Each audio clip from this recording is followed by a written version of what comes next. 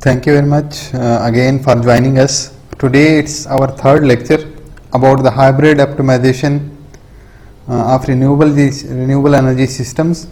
So today we will focus on the cost calculation, the objective function, the constraints, and later on some other factors, and at the end we will focus on the results. We will discuss the results. For any help related to our lectures or power systems research, contact us at the email given in the description. And keep watching our channel. So let's discuss the objective function and the constraints of the optimization of the hybrid renewable energy optimization. So what are the constraints? So first of all, we will discuss the constraint. Next we will discuss the objective, the fitness function, and the cost calculations. So here we have two main constraints that are the first thing is on the battery, the second thing is the load demand. So the first constraint is the SOC of the battery. So the SOC of the battery, state of charge of the battery bank, should be above than minimum SOC. So battery, there is a term depth of discharge that is defined, that the battery, here we can see that the SOC of the battery is plotted in this one, and this is the percentage on this side. So you can see that the minimum of the SOC of the battery is touching the 30%. So in this case the depth of discharge of the battery bank is 70%. So there is a 30% residue, there is a 30% minimum battery energy should be maintained, preserved in the battery. That's the minimum SOC. So the maximum SOC in all the research simulation is set to 100%. So we are also taking the 100%.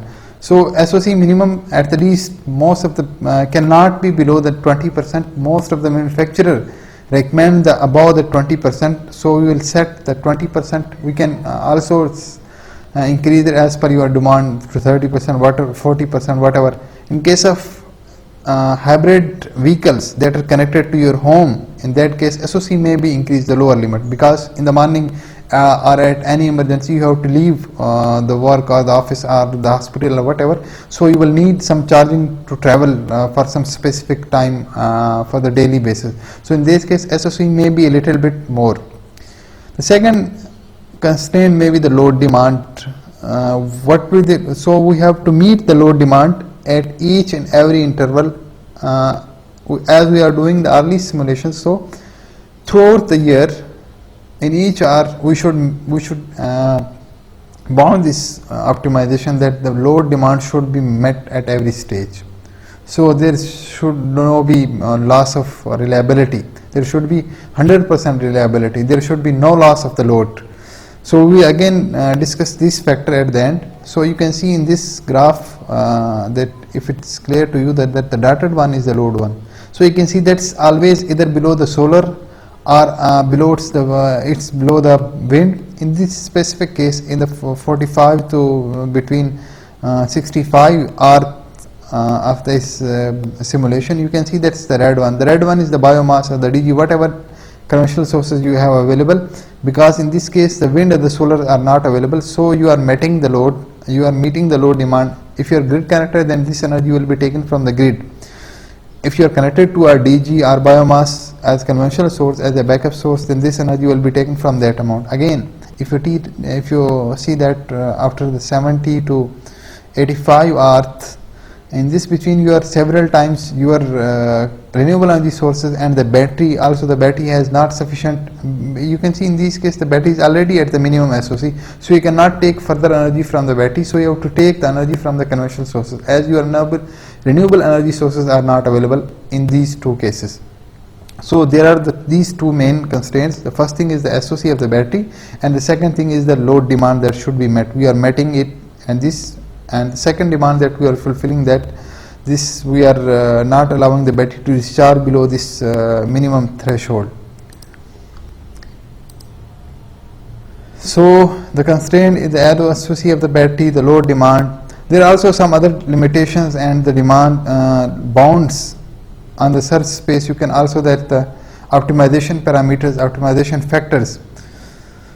So there are the lower and upper bounds and search space. What we are optimizing, depending on our problem, we will be optimizing the number of solar panel, the wind turbine capacity, optimal capacity, and a number of batteries can also be, this will be fixed.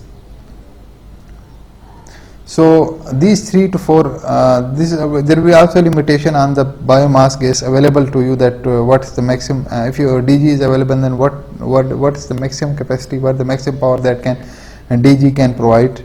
So these 3 things, number of batteries, solar, these may be the optimal parameters that your algorithm has to optimize all these things, and there will be limitations on the lower bound, upper bound, depending on your requirement, depending on the space available or the cost limitations. So there will be some limitations, there will be bounds on these parameters. So we call these the lower bound and the upper bound of the search space are the optimal optimization parameters that are to be optimized for this specific design, because in the most cases you are optimizing the number of solar panels, or you will be optimizing the rated wind turbine. So how much wind turbines are, at what capacity wind turbine you have to be installed, designed. And the next thing, the number of battery banks, or the total battery bank power that has to be provided by the battery bank. So the next thing, after discussing the constraints, so let's discuss the objective or the fitness function of that optimization. As we will discuss that we are not discussing a single method of an optimization algorithm. There may be PSO, GA, differential algorithm, and maybe other infinite ABB, ABC, infinite global optimization techniques. So in all the optimization techniques, the basic, the fitness function or the objective function, what will be? So it depends on your model, whether you are standalone model or your grid connected model. So in the standalone model, your shortcut that you can use either ASC or LCOE, levelized cost of energy. This ASC is the annual system cost. What is the total annual cost, annualized cost of of your system that you have installed? So in the standalone, the preferable fitness function, the objective function, is the annualized system cost. You can also choose the levelized cost of energy, but there will be resolution problem. The SSE is very large, in very large value, so it will be better to select it as a fitness or objective function for an optimization algorithm. As the LCOE value, this is almost around about 0.3 to 0.5 to 0.7 depending on your system. So this is a very small value. So it gives a lesser resolution for if you for an optimization algorithm, if you select it as a fitness function. So you have choice both select ASC and LCOE, but most of the author researchers and I will recommend you to choose annualized system cost. This is a very large amount of value, will give you a very good resolution. The next thing is grid connected. In the grid connected mode, you have the only choice to select the LCOE as a fitness function. You cannot select the annualized system cost, because in this case, in the grid connected case, you will also be providing the energy to the grid. So in calculation, the LCOE, if you in the ASC, your that purchase energy may not be so reflective, because the number of units you purchase, you have to divide it, the total cost by that. We will discuss this factor one, but for this time, kindly consider it that prefer the LCOE for your correct optimization. If you select the LCOE as your fitness function, then the grid connected system, then it will be very good results. So the next thing, can we choose ASC as a fitness function in the grid connected? No, you cannot choose ASC, annualized system cost. I will discuss it just after a few slides. So next, coming to the parameters, the CN parameters, the optimal CN parameters of that optimization. So in case of renewable energy system, hybrid renewable energy system, your optimal CN factor will be the number of wind turbines or the rated capacity of that wind turbine if you are using the single wind turbine. Similarly, the number of solar PV panels or the capacity of that solar plant that you have to install in that hybrid system. And the next will be the number of batteries or the size of the battery bank. Either you can see it in the term of the number of batteries or in the size of the battery bank. And the last thing will be the rating of the cost of rating or the cost of that biomass gasifier or diesel generator or other conventional resources available. That these 3 to 4 are your optimal decision factors that have to choose by the by that optimization algorithm. So these are you can see that is the input parameter to that cost function. So an annualized cost concept is used so keep in mind while either calculating the LCOE or the ASC, for both you need you first have to calculate the annualized system cost, because from the LC levelized cost of energy first you have to calculate the annualized system cost. So first we see that how the annualized system cost concept is used being here. So in the annualized system cost, first we take the total capital cost of the system, and then we take the replacement cost of that. Suppose let's talk about the wind energy. So what would be the total capital cost of that wind plant we are installing? The next, if you are again in the PV, then what should be the total cost of the PV and other parameters, whatever selection parameters you have. And the next what will be the replacement cost? Suppose in discussing the batteries, the life of the battery is normally 5 years or 10 years. Most is it 5 years. So in this case you have to replace those batteries, or maybe 10 years. So you have to replace the batteries, but your project life may be 25 years, 30 years, 20 years. So what should be the replacement cost if it is replaceable in that project life? And the third thing will be the operation and the maintenance cost. So depending, it may be annual, it may be per kilowatt per year, it may be throughout the life. So depending on your mostly these are per year, per kilowatt. These operational and maintenance charges are mostly per year per kilowatt. There may be per year per an module or wind turbine unit or the battery bank unit. So operation maintenance comes. So the next is how your annualized system cost is calculated. So it's a function of number of solar modules or the rated capacity of that solar module, solar plant, multiplied with the cost, total cost of that solar, plus number of wind turbines or the rated capacity of that wind turbine, multiplied with the cost of that wind turbine. And next, the number of battery units or the total rated capacity of that battery bank, multiplied with total cost of that battery bank. And so these costs will be per units, either per kilowatt or per unit module. These will be the total modules. So this will be the total wind cost, this will be the total solar cost, and this will be the total battery cost. And there will also be inverter or rectifier cost, dual converter. Either we will be charging the batteries or converting the batteries DC power into AC. So you will need a dual converter or inverter. So depending on your requirement, that will cost per kilowatt of inverter converter multiplied with rated power that you need. Suppose you have need a 3 kilowatt inverter, so it will be multiplied by 3. And the last, the cost of the biomass gas or diesel generator, whatever conventional sources you have, and that is the power that was taken from that conventional sources. That is the cost per unit per kilowatt, and that is the total power. So that will be the total cost of that diesel generator or biomass or whatever conventional resources that you have. So after adding all these things, you will get the annualized system cost. So you have to keep in mind, you should take the annualized factor.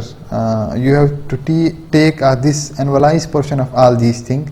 So let's discuss the annual factor. Further, before discussing the annualized cost factor of each component, let's categorize that each this cost component of each wind turbine, batteries and inverter and biomass or diesel generator, whatever we have, it has several certain components. Like as already discussed, that the cost of the solar will include the capital cost of the solar, the replacement cost of the solar if the life of the solar is below the project life. Otherwise it will be zero if no replacement is needed. For all the cases that it will be same, that if no replacement is needed, then the replacement cost will be zero. It is non-zero in most in the case of the batteries and the inverters. So because normally the inverters, the converters have 10 to 15 years, the batteries have 5 to 10 years, and the solar wind turbine have 20 plus. So in the project life is 20 to 25 years. So we don't need to replacement of the mostly in mostly cases. There may be some cases when the project life is much more. So in this case, the capital cost this may be zero depending on your situation, and there is maintenance cost of solar, and there will be salvage cost. Salvage cost is the when your project life is finished and you have to sold that used solar component either in scrap or to some second hand companies that are some applications. So that will be the cost after using the solar that plant. That will be that salvage cost. Similarly, the wind cost, the capital cost, the replacement cost and the maintenance cost will be added and the salvage cost will be subtracted. For the battery, there will be capital cost, there will be necessarily some replacement cost because the life of the battery in the most cases is 5 to 10 years and the project life is more than 20 years. And there will be maintenance cost and salvage cost because after using the batteries you have to sold as in scrap or whatever on some other applications for some in the market. So that will be the revenue from that second hand battery that you are going to replace. It will be salvage cost. And similarly for biomass case, capital cost, replacement cost and the maintenance, and there will be another parameter for the biomass or the conventional parameters, that would be the fuel cost. There may be DG or some other whatever resource you have as a backup.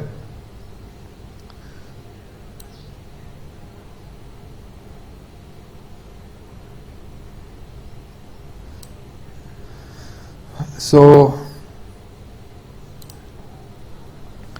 in that case, similarly for inverter, capital cost, replacement cost, the maintenance cost, and there will be salvage cost. So we will be calculating while calculating the solar, the wind, the battery cost, the biomass, the inverter cost. We will include all these factors that affect the cost calculations.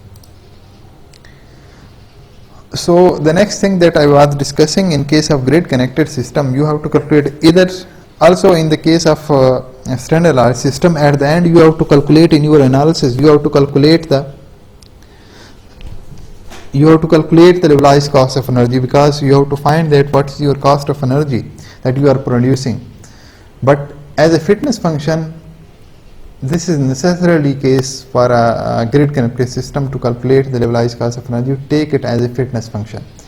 So we will be defining a term as a CRF, that is the capital recovery factor, that is used to compute the present value of money and can be given as this will give us the annualized portion of, and suppose the cost of our DG, the total cost whatever we have. Suppose if it is a $27,000 of a DG, so its life is 20 or 25 years, then we will be calculating the annualized portion of that we have to annual pay, including the interests and the discount rates or whatever available. So if the interest is I, as n is the number of the life years of that component, like suppose DG, solar, wind or whatever we have, then the capital recovery factor will be equal to I into 1 plus I raised to power n divided by 1 plus n interest. I is interest rate raised to power n. N is project life years, that is 25 years minus 1. So it will give the capital recovery factor of that. Suppose the 25 or whatever dollars is the cost of your DG or biomass or whatever wind plant or solar plant. So that will be multiplied by this one. That will give the annualized portion of that cost. Because in the calculation of the ASC, you have to put the annualized factor, not the overall factor. So this thing will be multiplied by the capital recovery factor to calculate the annualized cost of that component. And the next we will be calculating the levelized cost of energy using that annualized system cost. So levelized cost, LCO is levelized cost of energy. That's the useful energy served to the load or to your clients or whatever your demand is. That will be the cost of energy per kilowatt production. You can see that that's a production cost. What amount of that may be $0.3 per kilowatt. So that will be the levelized cost of energy. So you calculate it. You have already calculated the ASC, annual system cost. That will be the total amount of $2 per year, the annual cost of that system. If you divide it by the total useful energy served, so what will be your total energy served to the load? This is the important to consider it in case of grid connected and off grid connected. In case of standalone, it will be the total your load. If you that schedule or your given load, that load data, if you take this annual sum of that load, then it will be the total useful energy served. But in case of grid connected, this component will be different. That was previously I was asked not to take as a fitness function. So can we take the AC as a fitness function in case of grid connected? So here it is factor that we cannot take that ASC, because in the LCOE, in the grid connected cases, that the LCOE will be different, because that the total useful energy will be the total load served in the year to your local load plus the energy sold. Here will be to plus the energy sold to the grid, though that the extra energy, because in this case the extra energy will not be deferable load or it will not be dumped, instead it will be sold to the grid. So that will be the energy sold to the grid. So that will give the annualized cost. So it includes the energy sold to the grid in case of grid connected. So LCO is taken as a fitness function in case of grid connected systems. Next is some reliability and factor. Before going to that factors, let's see the MATLAB implementation of our code. That you can see that the first thing will be the running hours of your DG. How this will be the use in calculating the fuel of your DG or whatever, or biomass, whatever you have. And second thing will be the protection, the power production from that biomass or DG you have, whatever you have. So the fuel cost will be some factors A and B. We have discussed these factors parameters. They are different for different diesel generators or biomass or whatever function you have. They are different for those different resources. A and B factor will be different. So your total fuel in case of DG, and similarly for biomass, some other factors will be calculated here, and that is the total fuel required, and the cost of that fuel will be 0.7 into that total fuel. That is the fuel cost per year. And similarly there will be operational and maintenance costs of that DG. So running hours of the DG multiplied by some, that will be the running hours. In this case the operational maintenance cost is per hour. So if it's more operated, so the operational maintenance cost will be more. Similarly for wind costs, this is the capital cost of 2200 per module, and similarly the operation maintenance cost of per module is $50, and similarly solar cost per module is 150, and operational maintenance cost is 4.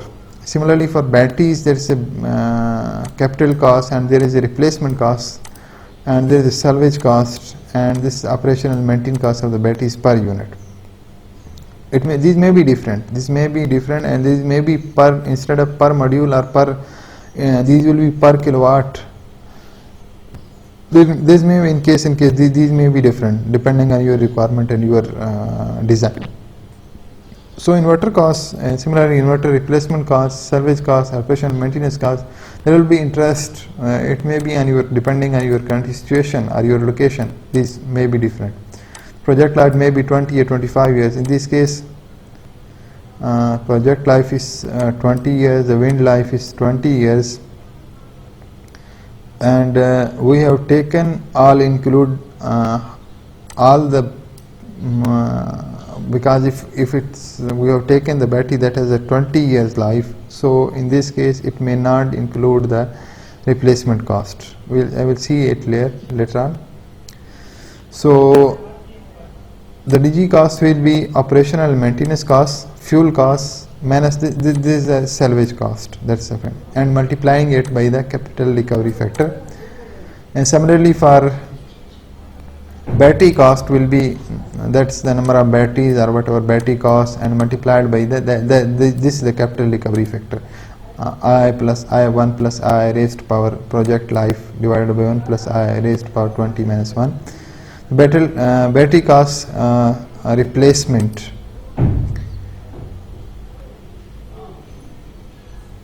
So this factor, it means that we have to use battery for 20 years, but actually the life of the battery is not 20 years, it is 10 years. So it's replacing here, we are replacing the batteries here, so it's replacing once, it means that the life of the batteries is 10.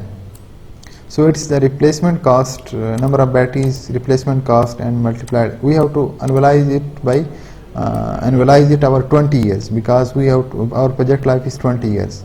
So we have also capital cost our 20 years, replacement cost our 20 years. The total battery cost will be the capital cost plus replacement cost.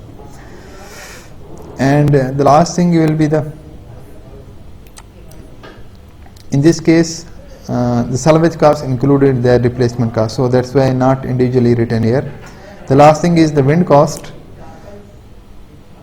The wind cost is number of wind turbines here and number of wind turbines, and multiply it by that capital recovery factor.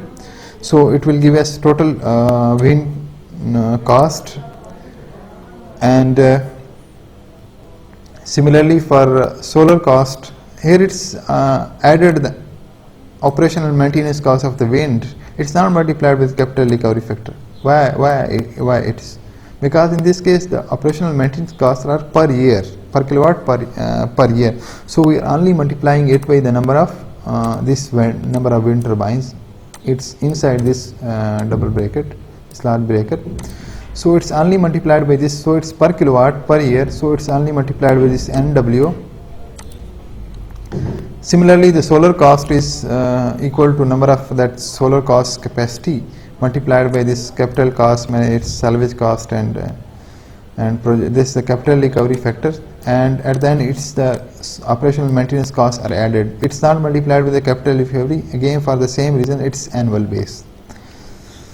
In this specific case, it may be different for your case. So inverter cost is given calculated here. It's inverter cost multiplied by the capital recovery multiplied by the rated capacity required of that capacity of that rating of that inverter. That will be the replacement cost. So it lasts 10 years, so it's only once replaced. If it lasts more than 10, it will be maybe 2, 3. If it will be 4 if your the inverter cost is 5 years, because you 3, because you have to replace 3 times. Inverter operational maintenance cost will be given operational maintenance cost multiplied by the rated power, and the total rated cost will be adding all these operational maintenance costs, replacement costs, and the capital cost. And total annual cost will be equal to DG cost, inverter cost, wind cost, and solar cost. So that was the MATLAB implementation. So coming back to our topic, to the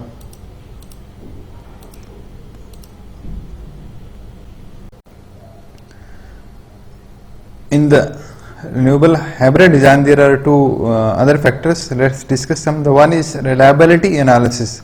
That's the most important parameter of our design. So in optimization, we are ensuring that our system is 100% reliable in simulation. means there would be no loss of power supply. There is no probability. We are assuming we are using we are ensuring the load demand at each and every hour, so our reliability is 100%. So what's the reliability? Or you can define it in the other way, that the loss of power supply probability, LPSP.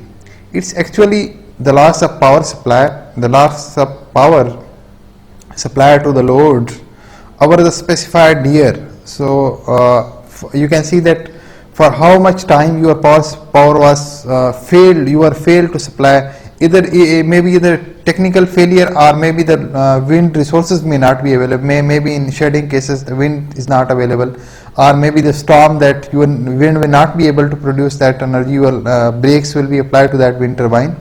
So there may be whatever circumstance, it is independent of that. It may be technical faulted, or maybe the renewable sources side problem. So in both the cases, in any case, you are not able to provide that load power supply to the load, the power supply to the load. So that will be considered as a loss of power supply probability. So how it's calculated? It is calculated that what is our total load minus the renewable energy sources energy, accumulated energy available, PV minus P wind, plus that was the minimum SOC of the batteries, plus the energy that was available from the diesel side, whatever, subtracting this from solar renewable energy, then adding these diesel resources, and then dividing it by the total load. So we are ensuring the load demand each and every hour. So in that case, in this case, our loss, we are ensuring in the simulation that our loss is 0, and we are 100% reliable. So in some cases there may be some constraint of reliability, but we have already ensured that we are providing we are 100% reliable, we are meeting the load demand each and every time. So next is renewable energy factor. Renewable energy factor simple defines that how much how much your load is met by your renewable energy sources. For example, if it's 50%, what does that mean? That it means that after 50% out of 100% of your load is met by your renewable energy source, and the 50% of your load was met by the conventional DG or biomass and whatever you have available. Suppose you have connected a diesel generator, so what your renewable factor will be 1 minus total diesel power generated divided by renewable energy available into 100. So if your diesel was providing the 0 power, then it will be 1 minus 0, and your factor will be 100%. So all of the power will be providing by this renewable factor. In some optimizations, there may be some constraint that what should be the renewable energy factor, but in our cases we have not considered it. We just considered it that the cost should be minimized, whether we are taking from some conventional sources, from the grid, from the renewable, that's the better way. But there may be some limitations as you have already on renewable energy sources, so you should take that power and etc etc. So there may be some limitations, as at some specific heights you may have some renewable energy already installed, so that may be the case. But for a new design, so we don't consider this constraint, that it may cause increase in the cost. So we are not using in this simulation, but there may be in some optimization in which when this be renewable energy factor will be one of the constraint. So let's move to the results. Here we are plotting the weekly data of optimization results.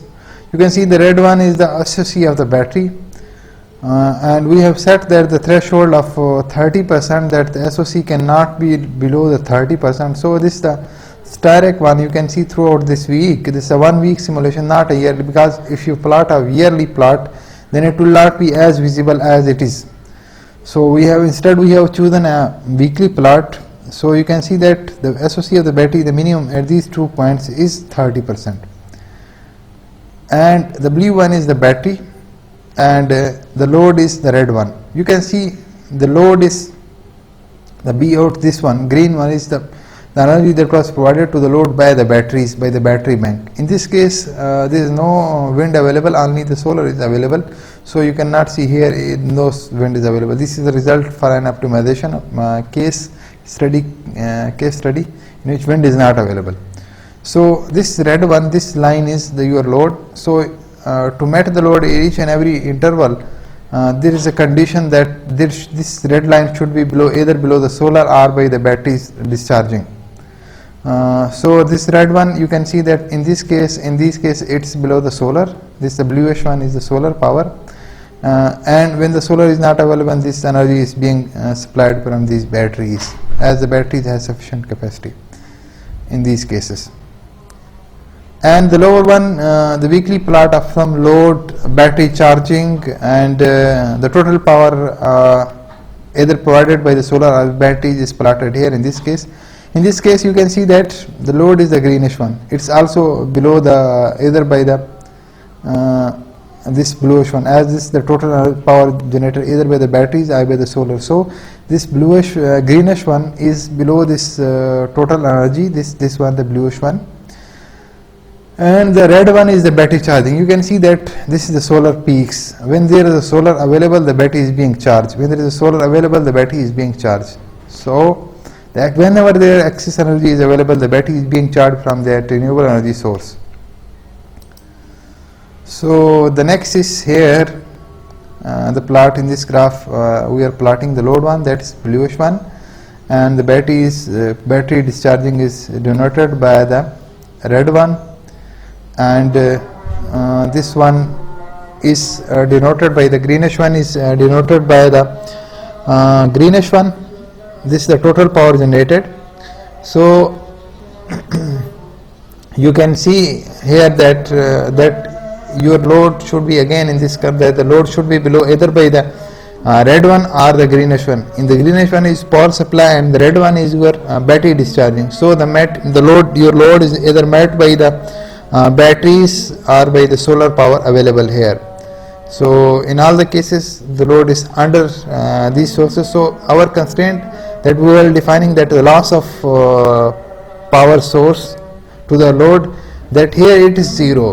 We are ensuring throughout the year that the load should be met at each and every hour, and if the sufficient wind renewable energy source is available, then it should be met by the renewable energy sources. Otherwise, if the renewable sources are not available, it should be met by the conventional energy sources, or it should be the battery should be discharged. If the battery has sufficient capacity, then it should be met by the batteries. So here is the next plot, that is simply showing the plot of batteries charging and discharging. In the upper case, you can see that the red one, this one, the reddish one, close to the orange one, that is the battery discharging, and the second one, the lower one, is the battery means the battery charging. So these should be equal. If you integrate them over the area, the peaks may be different, but the area should be same. It's providing energy for the long time, but this area should be equal to overall throughout the year. Some specific interval. These two areas should be same, because whatever energy or your battery discharging a little bit less, because there will be round trip efficiency of the batteries. So the battery charging base will be a little more, the area, the bluish one, will be a little bit more if you consider the practical cases, but in the ideal cases both will be same if you set the 100% round trip efficiency. But in this case, these are a little bit more, but as in the practical cases, there will be round trip efficiency, that some energy will be wasted by the batteries when it's charged. So this charging will be, this area will be little more to this area, to these areas. So the last one is again battery charging and discharging, and this is the convergence, you say the fitness function, that the fitness function is converging as the iteration goes with the increase of iteration. So it's going to settle down, it's then become in constant and converge to this some optimal value. That's the total annualized system cost. So in case of your standalone, this energy will be cost will be divided by the total energy served. That will give you the LCOE cost. In the grid connector, your fitness function will be LCOE, not this ASC. So thank you very much for seeing our last lecture. This was the last lecture. There will also be a demo. You can also see there will be short compared to this one. You can also see it. Keep our watching. Will be continue to designing this renewable energy system.